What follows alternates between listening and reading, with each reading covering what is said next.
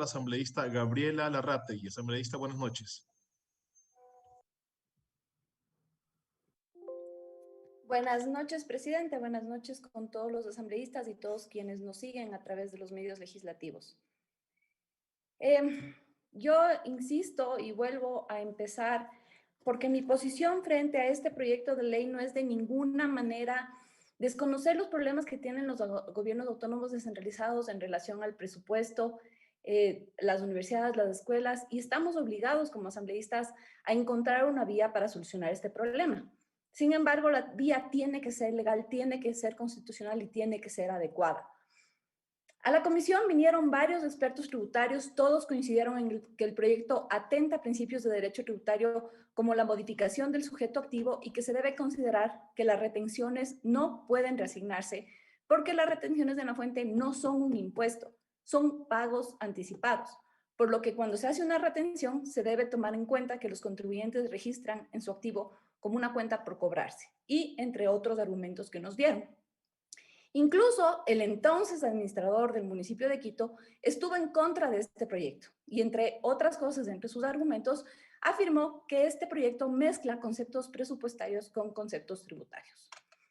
En lo personal, solamente me puedo ratificar en lo dicho en el primer debate, ya que el proyecto no tiene en realidad cambios sustanciales. Incluso se lo amplió a todas las entidades del gobierno central, haciéndolo de más peligrosa implementación aún. Hay que recordar que hace muchos años que se eliminó esta figura de la devolución de IVA para GATS, universidades, escuelas politécnicas, para el gobierno central, y se la transformó en una asignación presupuestaria, equivalente a lo pagado por IVA. Y esto consta en el artículo enumerado después del 73 de la Ley de Régimen Tributario Interno, por lo que vemos que a lo largo de todo este proyecto existe este error conceptual.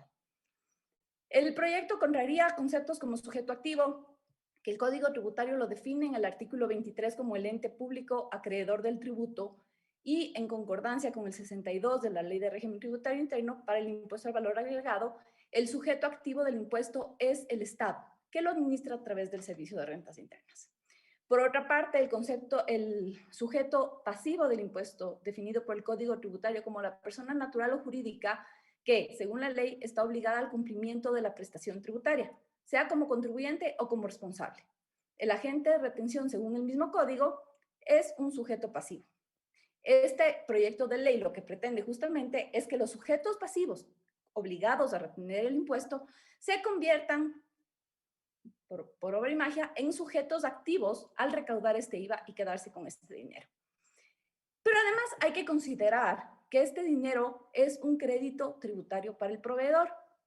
Y yo me pregunto si acaso son los GATS, las universidades, las escuelas politécnicas, quienes van a realizar las devoluciones de IVA que se ha retenido en exceso a los contribuyentes.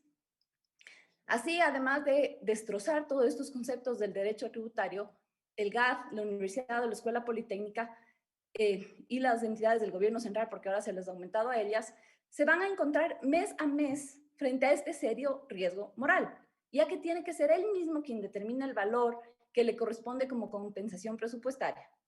Él mismo el que retiene los valores y él mismo se asigna cuánto le corresponde. Este proyecto, y lo dije ya, básicamente estoy repitiendo lo que dije en el primer debate porque no hay mucho más a dónde irse, incluye sin justificación de ningún modo la devolución a entidades, a empresas y entidades públicas, que en la actualidad no está como una asignación presupuestaria, puesto que el reintegro de IVA para estas entidades fue contemplado en la Ley Orgánica de Empresas Públicas a continuación del 73 de la Ley de Régimen Tributario y posteriormente sustituido con la Ley de Fomento Ambiental y Optimización de los Ingresos de Estado. Y por lo tanto, esta compensación, no hay devolución ni compensación para empresas públicas ni entidades del sector público. Y no hay justamente porque ellas usan como crédito tributario el IVA pagado. Es decir, cuando ellos venden algo, cuando tienen transferencias, se utilizan el crédito tributario que han pagado en sus adquisiciones. Por lo tanto, darles que se retengan el IVA, que se queden con el IVA, es un doble aprovechamiento de un impuesto. El artículo que se propone menciona además a todas las universidades y escuelas politécnicas, sin diferenciar a las escuelas públicas de las privadas, como sí lo hace actualmente el artículo 73 y el enumerado después del 73, con lo que con este mecanismo aplicaría a todas las universidades. Se ha dicho, hemos oído ya que no requiere iniciativa presidencial. Sin embargo, yo quiero recordarles que el artículo de la Constitución no dice que son de exclusiva iniciativa del presidente solamente aquellos que eleven, disminuyan, aumenten, creen o eliminen impuestos. Dice literalmente, creen, modifiquen o eliminen impuestos. Por lo tanto, cuando se modifica un impuesto, también se necesita una iniciativa del presidente. Y entendemos que se modifica un impuesto cuando afecta a sus elementos esenciales. Y los elementos esenciales son sujeto activo, hecho generador, sujeto pasivo, entre otros.